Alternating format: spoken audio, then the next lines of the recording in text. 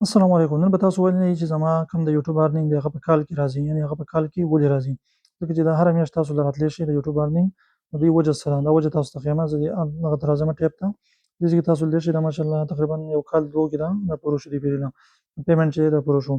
زما چې دی په کال کې یا په 2 کال کې ولې راځي؟ ځکه چې یوټیوب وایي چې څو پورې تا 100 نه وي پوره کړل $100 نو هغې پورې تا نه درکوي.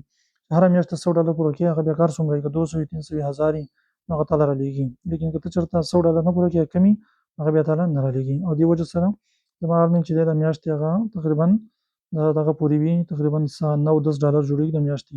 د دې وجې نه دا تقریبا کال اخلي چې زما ارنینګ هغه څه شي هغه راشي. تاسو لیدلی شئ د جنوري وګورئ، دسمبر وګورئ، بیا پکې دا نومبر وګورئ، ټول تاسو کتلی شئ دا چک کوي.